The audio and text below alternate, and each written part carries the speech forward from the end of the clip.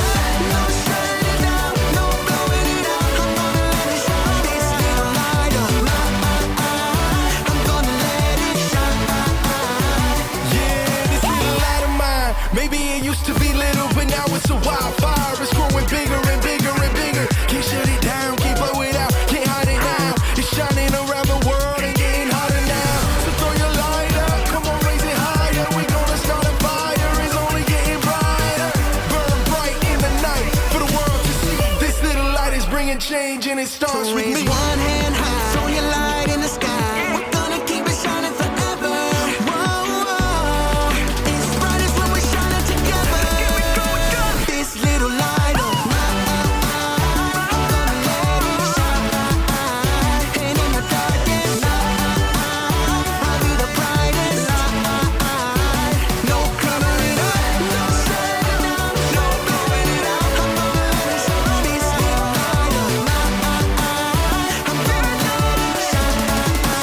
This little light of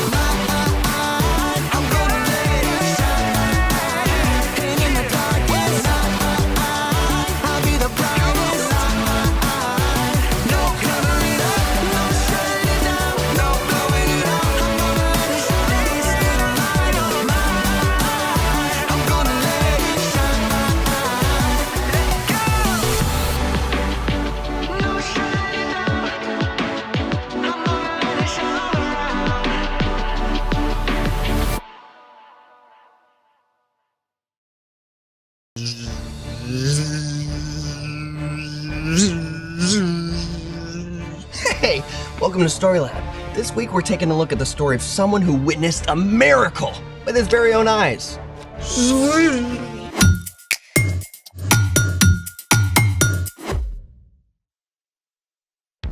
Hey, I'm Zeke. And I'm Carter. All month we're talking about how trusting and following Jesus changes the way we treat others. Everything okay? Sorry. What's going on? One of my best friends just moved all the way across the country. That's tough. But you can still FaceTime, right? Yeah, I guess. I know what you need. What? An epic battle between the forces of good and evil. How is that supposed to help? I don't know exactly, but it always cheers me up. Fair. Great! Then let there be light. Swords. Don't you have a test to study for? Oh, this is all about you, bro. You ready? Let's make it! Today we're gonna make our very own light swords. I grant you, this could be cool. What do we need? Pool noodles, giant rolls of cardboard, high-powered LED lights? Straws. Great, I'll go get... Wait, like drinking straws? Straws! I was picturing something a little more galaxy-conquering. These are simply the best for light swords. See what I did there? Simply. I don't see it yet, but okay. Okay, we need 2 straws, black tape, scissors, glue sticks, a glue gun, rhinestones, and these dazzling finger lights. Ooh, I call blue. Then I will get, red. Okay, for step 1, cut a few strips of black tape and cover the base of the light.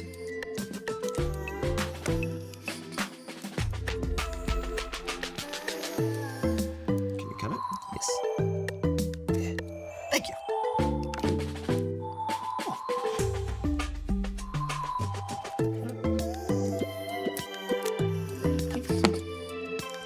Now for step 2, you're gonna need a grown-up around for this. Prepare the glue gun.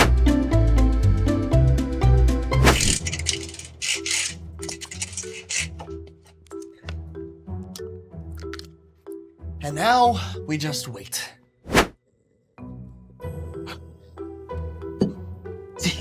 Oh, what? I think they're ready. Oh, they're ready? Oh, perfect. It's ready. Okay. Now squeeze a little glue on the base around the light. Enough so the straw stays in place, but not too much or you'll cover the light. Gotcha.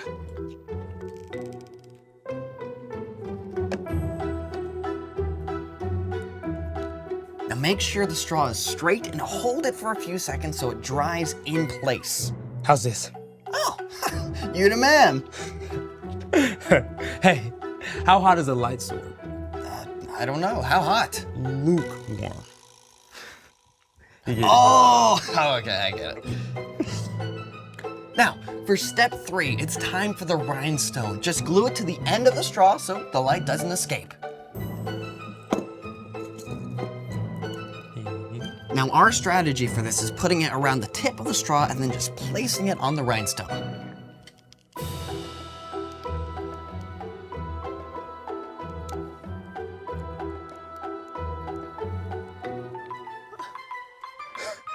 Brilliant and ridiculous. They're like light swords for mice. Mice swords! Can we turn them on? Oh, yeah, let's turn off the lights first. Good idea.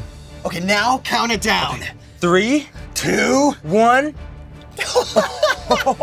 at that!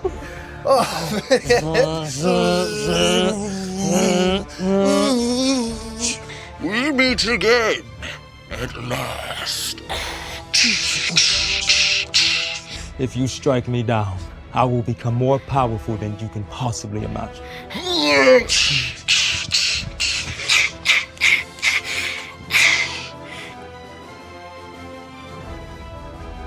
That was amazing. Dude. You see that? Yeah, imagine what we could do with full-size light swords. You know, I actually thought that was pretty epic. Yeah. Thanks for cheering me up. Oh, hey, I've got another mood booster for you. Someone else who saw the light. Bring it on. It's time for...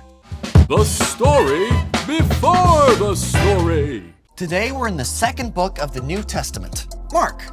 Mark was a Jesus follower and a close friend and traveling companion of the Apostle Peter. Mark collected and recorded stories from the life of Jesus to make sure they didn't get lost. Everywhere Jesus went, big crowds gathered. No matter how tired he was, Jesus always had time to show kindness and compassion.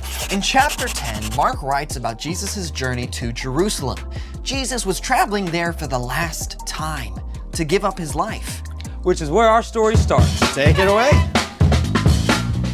Hey everyone! On their way to Jerusalem, Jesus and his followers passed through the large, busy city of Jericho.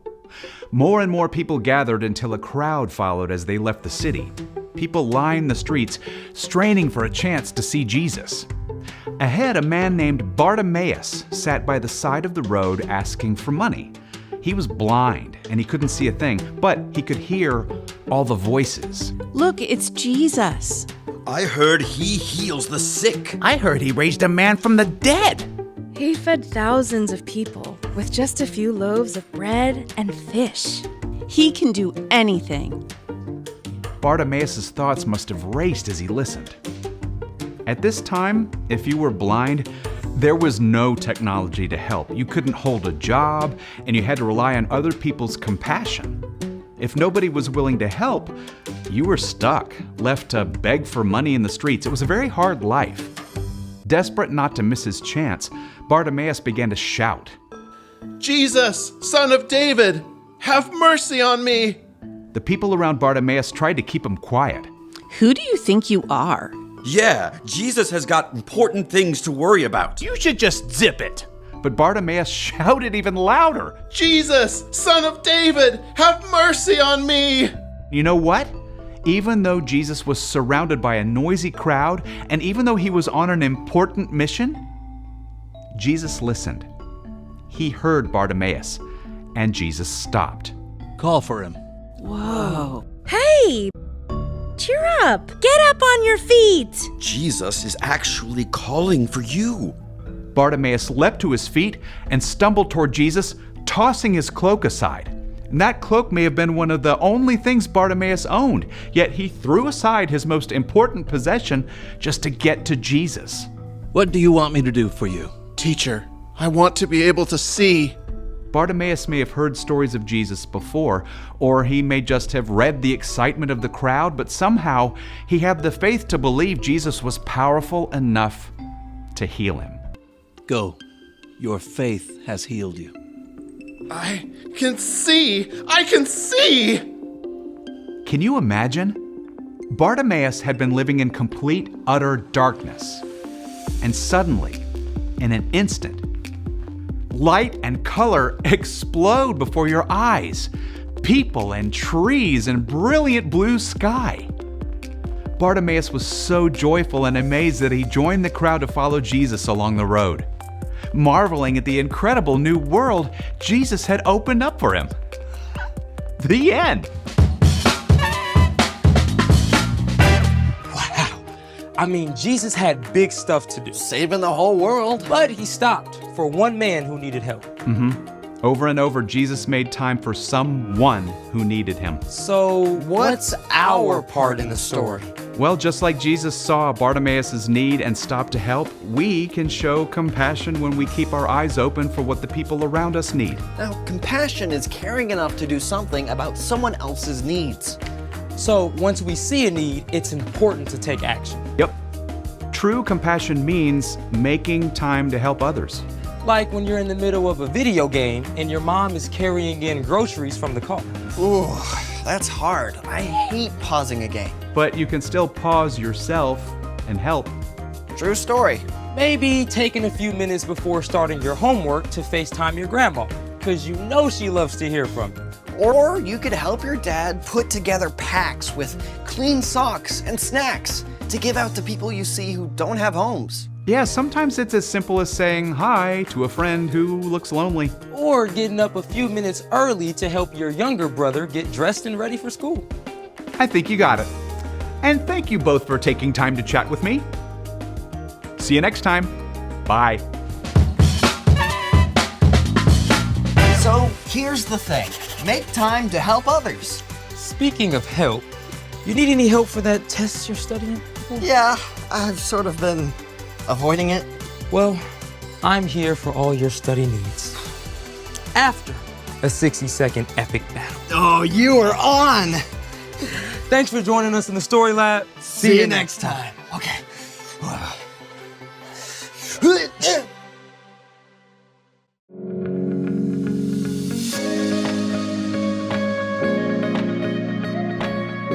Jesus had big things to do, but he stopped and he showed compassion to somebody that needed help. And that's pretty important. As followers of Jesus, we always want to look to his example. So just like Jesus saw that Bartimaeus needed and stopped to help, we can keep our eyes open for what the people around us need.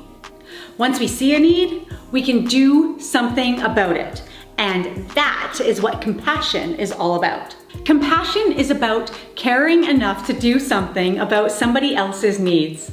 When we show compassion to the people around us, we are treating others the way that we want to be treated. We all know what it feels like when someone makes time to help us. So we should look for ways to do just that. Let's not forget what Jesus did for Bartimaeus. As we follow Jesus, we need to do this. Make time to help others. If your mom is bringing in the groceries, you could pause your video game to help her right then and there. You could plan to get up earlier in the morning to help your younger brother or sister get ready for the day so that you can leave on time.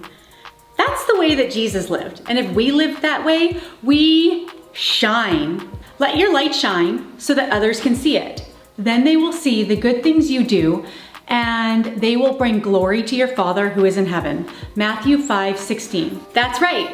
So this week, look for ways that you can help the people around you. And don't ever forget that if you need help, you can always pray to God and ask him for help and he will help you. Bye everyone. See you Sunday.